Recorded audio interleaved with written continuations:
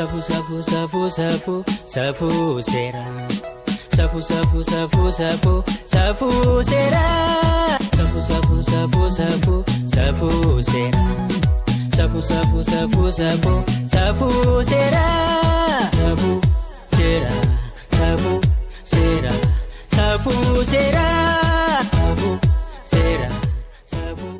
Kabajamtoota daawwattoota keenyaa nagaa fi fayyaan bakka jirtanitti isin faana ta'u akkam jirtu. Kun sagantaa safuu seeraati. Sagantaa keenya safuu seeraa OBN sagalee uummataa fi tajaajila beeksisaa fi bashannanaa Zannaa Sholaanii waliin ta'uudhaan qopheessan isinii dhiyeessan kunoo qabannee dhiyaanneerra. Hanga xumura sagantaa keenyaatti nu faana turtanii sagantaa keenya akka daawwattan kabaja guddaan isin affeerra. Ispoonsaroonni sagantaa keenyaa ejensii galmeessa ragaa bu'uuraa hawaasummaa naannoo Oromiyaa, Baankii Gadaa, Baankii Dhaloota Haaraa, akkasumas Kolleejjii Biizinasii fi Teeknooloojii Select ispoonsara keenya guddaa isaan galateeffanna. Baankiin Gadaa, Baankiin Dhaloota Haaraa ispoonsara yeroo ta'u, isiniinis immoo aksiyoona bitadhaati. Baankii keessan dhaabbadhaa, Baankii Dhaloota Haaraati jedha. Kaayyoonni hundaa'eef qonnaan bultoota sababa misoomaan lafa isaaniirraa kaafaman akkasumas dargaggoota deeggaruudhaa fi kana malees kutaalee hawaasaa tajaajilli baankii bira hin geenye bira ga'uudhaaf daldalaa fi misooma baadiyyaa irratti xiyyeeffachuun kan hojjetu waliin hojjechuudhaaf karoorfatee kan dhaabbatedha. Akkasumas immoo tajaajila mijataa haqa qabeessaa fi dinagdee jiruurra namoonni akka irraa fayyadamaniif tajaajila baankii mana manatti kennuuf karoorfatee hojii kan eegale yookaan immoo aksiyoona gurguruudhaaf kan baankii dhaabuuf ka'e Baankiin Dhaloota Haaraa baankii keessan waan ta'eef isinis aksiyoona bitaa daa'imman keessaniif bitaa namoota jaallattaniif kennaa kennuu dandeessu waan ta'eef isa kana akka hundeessitan dhaamsa isaa dabarsa yookaan immoo affeerrii isaa dabarsa Baankiin Dhaloota Haaraa. Kana malees ejensiin galmeessa ragaalee bu'uuraa hawaasummaa naannoo Oromiyaa iddii hundeeffamee jalqabee taateewwan galmeessuu irratti kan argamuu fi galmeessaa jedhee kan jajjabeessu hubannoo kan kennu akkasumas seektaroota adda addaaf hubannoo dhimma galmeessa ragaa irratti kennee kan faayidaa isaa ibsaa jiruu fi hojiitti akka seenamu kan taasisaa jiru waan ta'eef isinis akka taateewwan kana galmeessuu irratti fi hawaasni akka galmeessu gochuu irratti gahee keessan akka baattan dhaamsa dabarsa. Faayidaalee gama mootummaa fi gama dhuunfaatiin inni qabullee yeroo yerootti ibsaati kan inni jiru. Nutis immoo miidiyaa keenya irratti akkasitiin ibsaati kan jirru. Keessumaa faayidaalee galmeessa taatee guddifachaa irratti yoo fudhannee ilaalle akka fakkeenyaatti jechuudha. Nama dhuunfaatiif faayidaa inni qabu jechuudha. Daa'imman maatii fi firarraa dhalatan beekuudhaaf ni gargaara. Mirga mucummaa yookaan immoo daa'imummaa maatii guddifatee argachuudhaaf kan gargaaru ta'a. Kana malees daa'imman guddifannaa kennaman mirga qaama guddifateerraa argachuu qaban argachuu isaanii kan mirkaneessu ta'a. Guddifachaa biyya alaa raawwateef mirga lammummaa haaraa argachuudhaaf ni ta'a. Gaafa barbaadan daa'imni mirga maatii isaaniitti deebi'uu akka argataniif illee kan karaa qabsiisu yookaan kan sororsudha. Eenyummaa fi teessoo namoota guddifatanii beekuudhaaf kan gargaarudha ragaan kun jechuudha. Maarree taateewwan kana galmeessanii mirgaa fi dirqama keessanitti akka fayyadamtan kabajaan isin affeerra.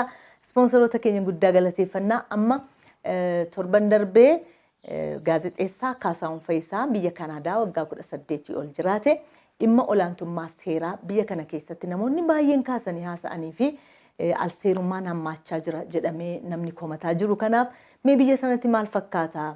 Asimmoo yeroo dhuftee argite maal akkamitti wal bira qabdee nutti himta kan jenneef waliin haasa'aa akka turre baay'een keessan quba qabdu. Har'a ammoo barattoota yuunivarsiitii Finfinnee dubbisneerra. Olaantummaan seeraa isiniif maalinni jennee kanaafuu Lataa Zarihuuntu isaan dubbise. Mee isaanii wajjin immoo daqiiqaa muraasaa turre. Seerri safuu qaba. Safuunis seera qaba.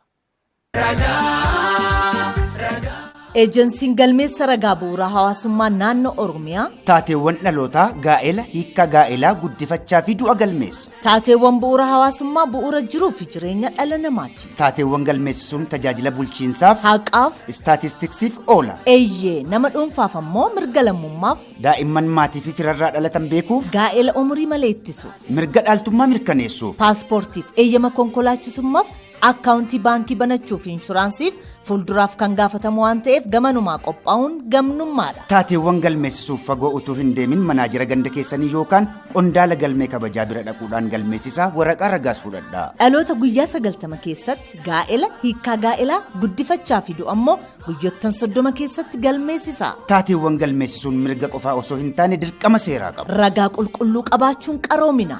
Eejensii galmeessa ragaa bu'uura hawaasummaa naannoo Oromiyaa.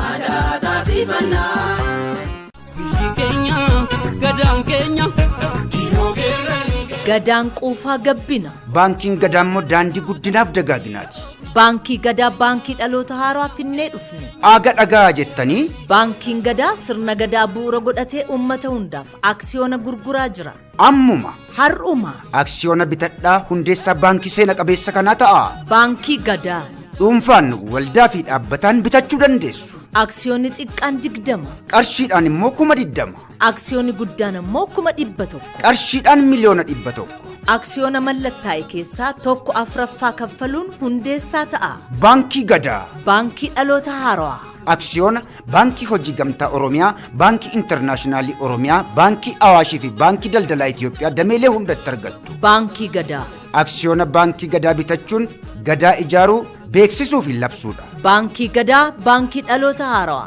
Teessoon keenya waajjirri muummee Finfinnee Boolee Madaaniyaalam gamoo Oromiyaa darbii 2ffaarra. Bilbilli immoo 0944 3352 72 yookiin 011 854 77 Baankii gadaa. Baankii dhaloota haaraa. Gadaa.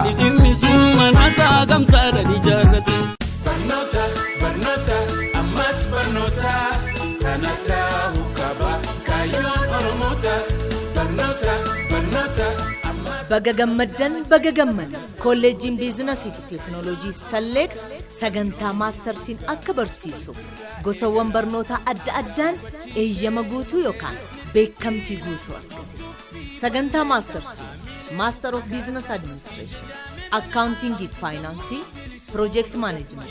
Sagantaa digriitiin ammoo idilee fi galgalaan Computer Science, Accounting fi Finance, Managementii barsiisuuf beekamtii guutuu argatee galmeessaa jira. Aaga dhagaa jettanii kanaan dura barnoota fagootiin muuxannoo waggoottan dheeraa kan qabu Salleet kutaa 5 hanga 10 barsiisuun biyya keessaa fi alatti beekamtii guddaa qaba. Gosawwan barnootaa Accounting fi Finance, Management, Marketing Management, Economics fi Sociology'dhaan galmeessaa jira. Akkasumas leevilii 1 hanga 4tti gosawwan barnootaa Accounting, Marketing, Secretarial Science, Information Technology fi Drafting. Kaampaasiiwwan isaa Finfinnee Ayyar Xeenaa fi Maganaanyaa gamoo Daraartuu Tulluu irratti barsiisaa jira. Kolleejjii Biizinasii fi Teekinooloojii Salleekt madda hayyootaa. Salleekt madda beekumsa keeti.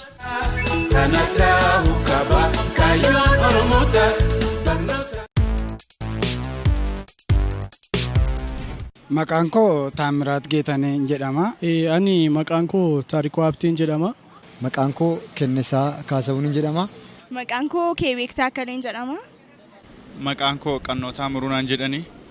Maqaan koo Daani'el Dhaabaan jedhama. Maqaan koo Barataa Galataa Taamuruun jedhama.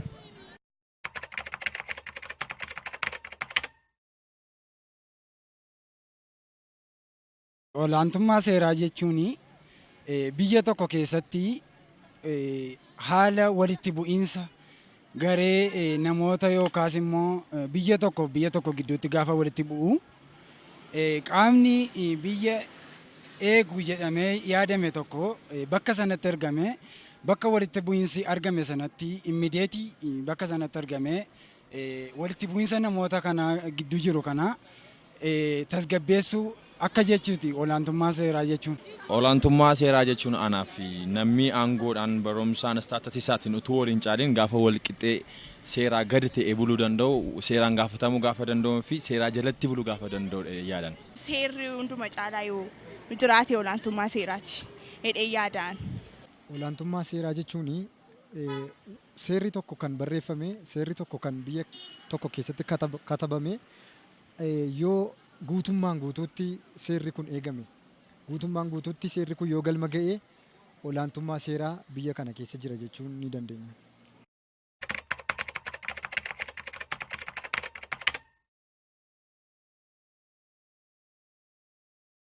Olaantummaan seeraa jiraachuudhaaf dura uummati kun walitti dhufee konistiraakt ta'uu qaba, ijaaramuu danda'u irra jiraata jechuudha.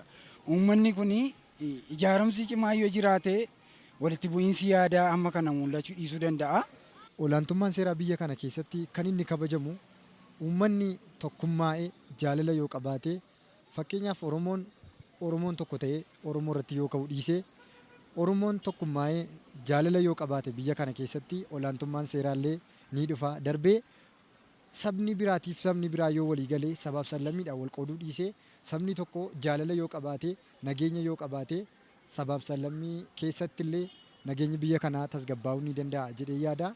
Yeroo hundumaa balleessaa balleesseetti seeraan gaafatamuu danda'uu fi yeroo namni hundumaa aangoo irra kan jirus aangoo gad kan jirus kan barates aan hin barannes xiqqaadhes guddaanis jechuun umriin isaa seeraan gaafatamuu keessa kan gale hundumaa balleessaa balleesseef yakkeef yeroo seeraan gaafatamuu danda'u, seeraan buluu gaafa danda'u, biirokiraasiin hundumaa akka seera isaaniitii fi adeemsa kaa'ameen deemuu gaafa danda'anidha yaada.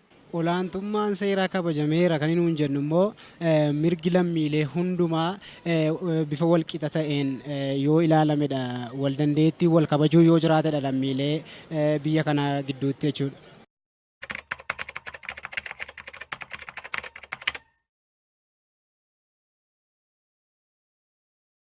Olaantummaan seeraa jira jechuufis hin jiru jechuufis nama rakkisa. Maaliif yoo jenne taa'ima yeroo kana keessa ta'aa jirtu yoo laalle har'a Waldiyaa Yuunivarsiitii itti fakkeenyannaa fudhannee yoo laalle barataan namni tokko jechuudha guyyaa takkatti barataan lama al tokkotti wal duukaa dhabu jechuun I don't know maatiitti hagamamma dhaga'amu. Darbees immoo maatii duwweetti irrate tun taane haadha dhaltee fi abbaa dhalchee duwweetti irrate tun taane uummata Oromootti irrate jechuudha. Kun maalirraan ka'eeti yoo jenne olaantummaan seeraa biyya kana keessatti kabajamuu dhabuurraan kan ka'e natti fakkaata akka yaada kootitti jechuudha. Maaliif utuu olaantummaan seeraa jiraate hagas namni amma kana miidhamu ture, walitti bu'iinsi yaadaa amma kana uumamee babal'atee hin miidhame ture jechuudha. Kanaaf olaantummaan seeraa biyya kana keessatti mooroof jiras hin jiru jechuunis xiqqoo na rakkisa jechuudha. Biyya kana keessatti olaantummaan seeraa kabajamaa jira jechuun anaan baay'ee na rakkisa. Sababni isaas haaluma yeroo kana irratti hundoofne yoo laalle biyyoota naannoo Amaaraa kanatti jeequmsi garaagaraa uummata Oromoo irra ga'aa jira. Barattoota Oromoo jechuudha yuunivarsiitii garaagaraa kan baratan. Kanaafiyyuu olaantummaan seeraa kabajamaa jiras jechuu hin dandeenyu biyya kana keessatti. Olaantummaa seeraa biyya keenya keessa jira jechuun hin danda'amu. Jira miti jira ture iyyuu itti haasa'uu hin dandeessu. Jechuun seenaa darbaniinis olaantummaa seeraa fi seeraan utuu hin ta'in kan bitamne humnaan kan wal bitaa turre. Amma yeroo kanatti olaantummaa seeraan jira jechuun hin danda'amu. Sababiin isaas uummati kun saba seenaa dabarse keessatti humnaan bitamaa jiraate saba humnaan bitamaa jiraate amma irratti dhuftee seeraan jiraadhu gaafettuuni gaafa firiidamii argatu gaafa humni irraa ka'u seerichas hin beeku humnichis irraa geera. Kanaaf indiyoom konfiyuuzhinii malee olaantummaa seeraa jira jedhee si yaadu olaantummaan seenaas cirumaanis hin jiru jedhee yaaduun. Olaantummaan seeraa hin jiru kan nama jechisiisu egaa wantoota baay'eedha. Sabni tokko Oromiyaan naannoo Amaaraa deemee firiideemii tokko argatee amma jiraachuu hin dandeenyetti.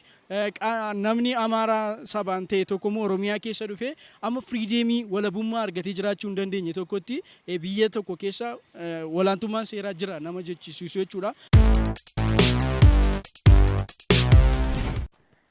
Yaada barattoota kanaa itti deebina kabajamtoota daawwattoota keenyaa kan daawwachaa jirtan sagantaa safuu seeraati.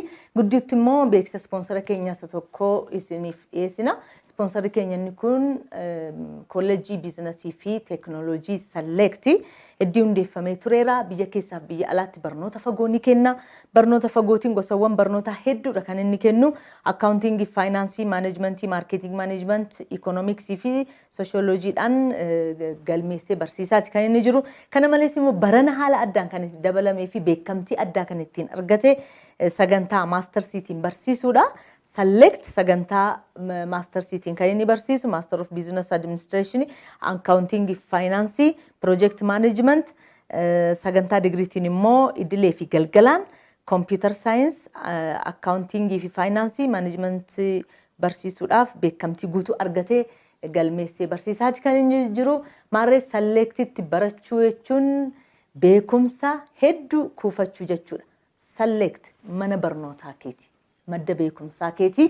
Sponsora waan nu ta'eef guddaa galateeffannaa. Amma gara yaada barattootaatti deebinaa ergaa Selectis daawwannee jechuudha. Nu faana tura. Barnoota ammas barnoota kanata hukaba kayoon oromoota barnoota ammas Baga gammaddan baga gamman kolleejiin biizinasii fi teeknooloojii Select sagantaa maastarsiin akka barsiisu gosawwan barnoota adda addaan eeyyama guutuu yookaan beekamtii guutuu argate. Sagantaa maastarsii Master of Business Administration, Accounting and Finance, Project Management, sagantaa digriitiin ammoo idilee fi galgalaan Computer Science, Accounting and Finance, Management barsiisuuf beekamtii guutuu argatee galmeessaa jira. Aaga dhagaa jettanii kanaan dura barnoota fagootiin muuxannoo waggoottan dheeraa kan qabu Select kutaa 5 hanga 10 barsiisuun biyya keessaa fi alatti beekamtii guddaa qaba. Gosawwan barnoota Accounting and Finance, Management, Marketing Management, Economics fi Sociology'dhaan galmeessaa jira. Akkasumas levelii 1 hanga 4tti gosawwan barnoota Accounting, Marketing, Secretarial Science, Information Technology fi Drafting. Kaampaasiiwwan isaa Finfinnee Ayyar Xeenaa fi Maganaanyaa Gamoo Daraartuu Tulluu irratti barsiisaa jira. Kolleejii Biizinasii fi Teeknooloojii Select madda hayyootaa. Select madda beekumsa keeti. kanata hukaba kayoon oromoota barnoota Eejensiin galmeessa ragaa bu'uuraa hawaasummaa naannoo Oromiyaa taateewwan dhalootaa gaa'ela hiikkaa gaa'elaa guddifachaa fi du'a galmeessa. taateewwan bu'uura hawaasummaa bu'uura jiruu fi jireenya dhala namaati. Taateewwan galmeessisuun tajaajila bulchiinsaaf Haqaaf istaatistiksiif oola. eeyyee nama dhuunfaaf ammoo mirga lammummaaf Daa'imman maatii fi firarraa dhalatan beekuuf gaa'ela umurii malee ittisuuf mirga dhaaltummaa mirkaneessuuf paaspoortiif eeyyama konkolaachisummaaf akkaawuntii baankii banachuu fi inshuraansiif fuulduraaf kan gaafatamu waan ta'eef gamanumaa qophaa'uun gamnummaadha. taateewwan galmeessisuuf fagoo utuu hin deemin manaajira ganda keessanii yookaan qondaala galmee kabajaa bira dhaquudhaan galmeessisaa waraqaa ragaas fudhadhaa. Dhaloota guyyaa 90 keessatti gaa'ela hiikkaa gaa'elaa guddifachaa fi du'a ammoo guyyoottan 30 keessatti galmeessisaa. Taateewwan galmeessisuun mirga qofaa osoo hin taane dirqama seeraa qaba. Ragaa qulqulluu qabaachuun qaroomina. Eejensii galmeessa ragaa bu'uuraa hawaasummaa naannoo Oromiyaa.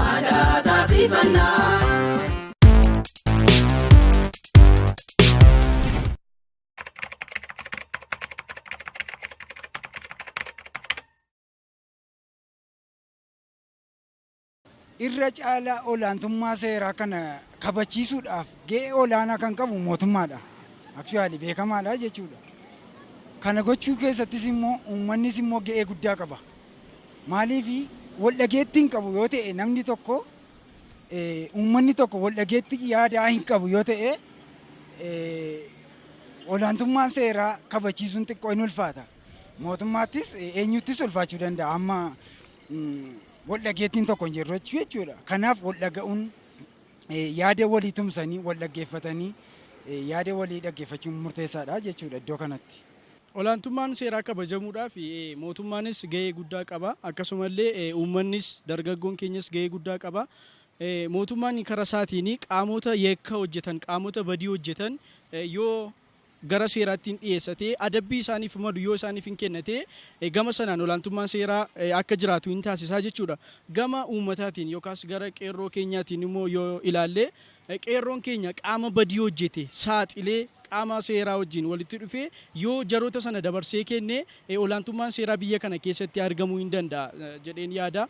Yoo uummanni kamiyyuu itti xiyyeeffate rakkoo keessaas ta'u rakkoo alaas furuu akka danda'u uummanni rakkoo kana irratti yoo xiyyeeffate darbee qaamni poolisiis qaamni barataas yuunivarsiitii irraa kan baratan barattoota sadarkaa gadaanaarraa aga sadarkaa olaanaatti yoo sadarkaa ciminaan itti hojjetan cimina qabaatanii nageenya kana irratti xiyyeeffatanii yoo hojjetanii namni kamiyyuu qeerroonis qarreen keenyas irratti yoo hojjetan shira diinni xaxaa jiru sana yaadanii jechuudha. Fakkeenyaaf biyya tokko mooraa tokko keessatti yoo hiriirri tokko hin banama ta'e qaamni biraa gidduu galee waan kana isaan gidduutti nageenya bal'eessee isaan gidduutti miidhaa gurguddaa uume barattoota keenyaa fi uummata keenya walitti buusa. Kun immoo poolisiinis barataanis qeerroo fi qarreen keenya iddoo garaagaraa jiraannutti xiyyeeffannaa guddaa yoo itti goone olaantummaa seeraa biyya kana keessatti ni kabajamaa jenne yaadna.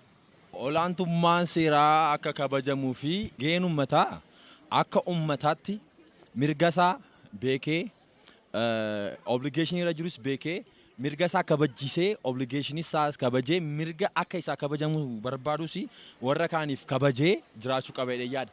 Uummati akka uummataatti mootummaan akka mootummaatti immoo karaa isaatiin waan ba'u qabu waan sabirraa dheegu ofirraa ba'ee waan sabirraa dheegu godhee darbuu qaba jedhee yaada. Jechuun seera kabachiisuudhaa fi tarkaanfii fudhachuu qabu hundumaa fudhachuu qaba jedhee yaada. Gaheen namoota dhuunfaa mirga isaanii baruu isaanii. Mirga isaaniif dirqama isaanii yoo baran, dirqama isaanii yoo eegsifatan, mirga isaanii yoo ba'an olaantummaa seeraan kabajamaa jechuudha. Olaantummaa seeraa kabajuudhaa fi gaheen qeerroo yoo laallee tokkummaadhaan mirga isaa karaa seera ta'een karaa seeraa gaafachuu qaba malee bifa bittinnaa'een ta'uu hin qabu. Akkasuma hawaasillee bifuma tokkoomeen yoo mirga isaa gaafate gaarii ta'ee yaada. Olaantummaan seeraa akka jiraatuuf uummannis qeerroon keenyas walitti dhufee yaadaan wal tumsee qaamota badii hojjetan qaama seeraa wajjin waliin ta'uudhaan yoo saaxilan olaantummaan seeraa biyya kana keessatti kabajamuu hin danda'a jedhee yaadaan karaa.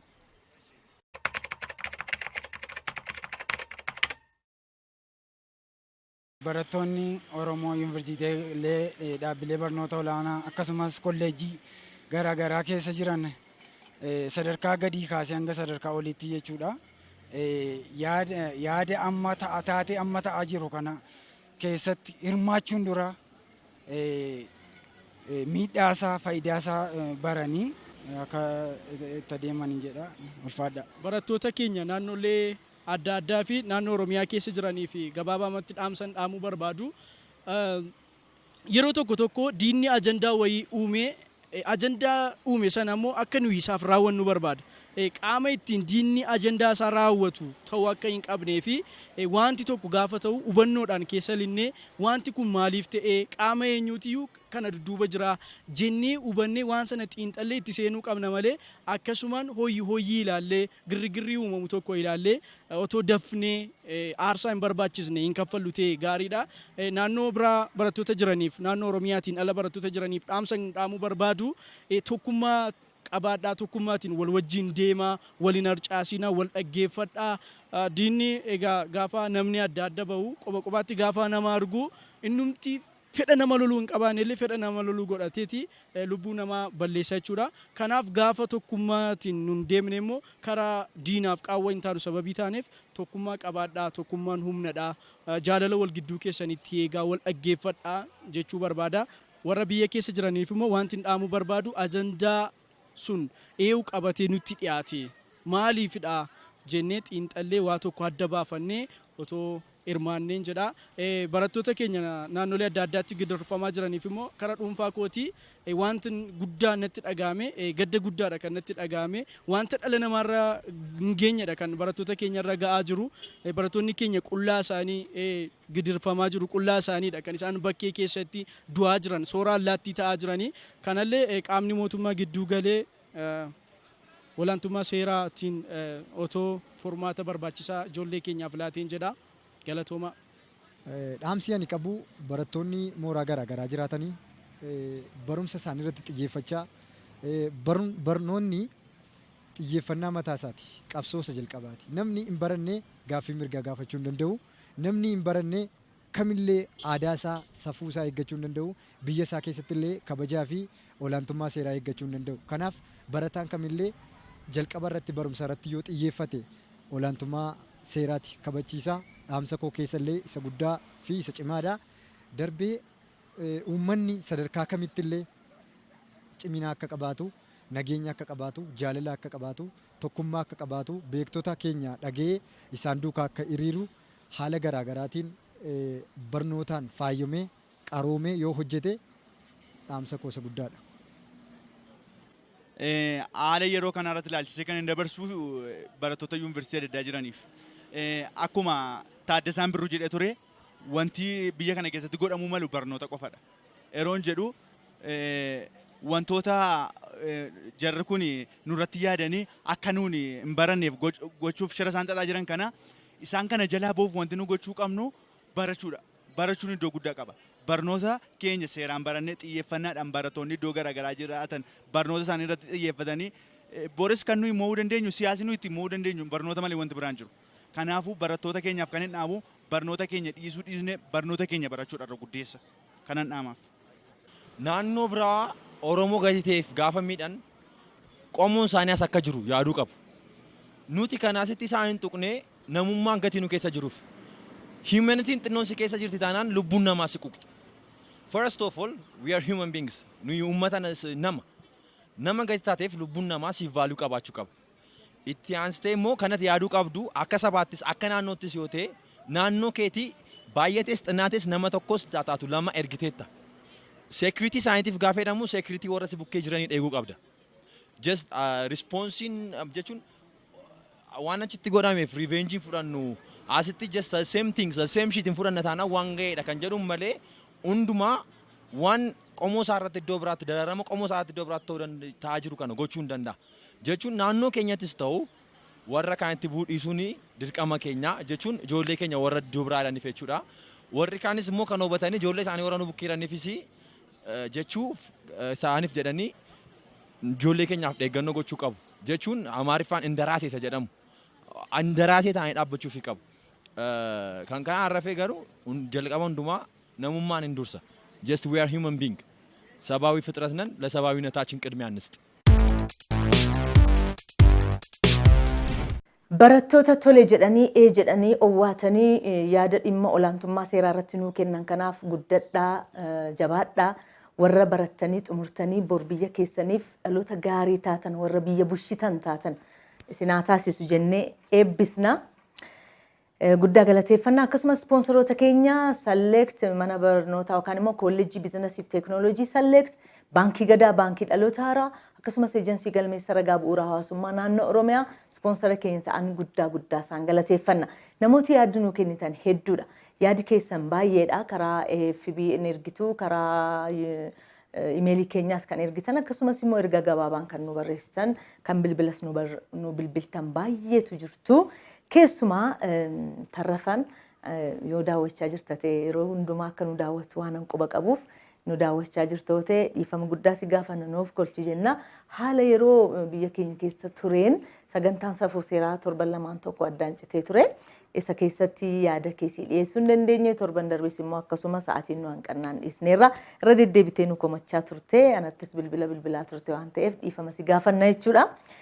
Tarrafaa Taaddasaa Asallaatii kanatti ergaa turte qophiilee sagantaa safuu seeraa dhiyaatan kan jajjabeeffamudha jabaadhaa jecha dhimma seeraa irratti dhiyaatan hubannoo kan uuman qofaa osoo hin taane dhugaa jiran baasanii hawaasaaf kan ibsan akka ta'aniif baay'inaan osoo dhiyeessitanii sirriitti natti tolaa jetteetta akka gorsaa yookaan immoo akka yaadaatti fudhanneerra isa kana. Kana malee bara 2010 irraa kaasee hanga ammaatti yakki irratti raawwatamaa ture ammas irratti raawwatamaatiin jira jetteetta. Waa'ee badiina irratti raawwatamee haadhokfamuyyuu malee hawaasa bal'aa bira gahee jira. Anis ragaa muraasa of harkaa hin qabaa. Dhimuma kanaaf xumura bara 2010 irraa kaasee waajjira poolisii aanaatii hanga biiroo haqaa Oromiyaatti biiroon haqaa Oromiyaa inni bara 2010 jedhu kan amma abbaa alangaa waliigalaa mana hojii abbaa alangaa waliigalaa ta'e jechuudha. Biiroo haqaa Oromiyaatti dhimmi koo deemsa seeraan qoratamee akkanaaf ilaalamu deddeebi'ee gaafadhus hanga ammaatti furmaata tokkollee osoo naan argatiin haala rakkisaa ta'e keessa jira. Kanaafuu dhimmi koo qaama seeraatti irra deebi'amee karaa haqa qabeessaan akka naaf ilaalamu akka gargaarsa naaf gootan kabajaan isin gaafadha. Jetteetta tarrafa. Egaa kanatti WhatsApp irratti ergites sagaleedhaan waraabdee hin banu.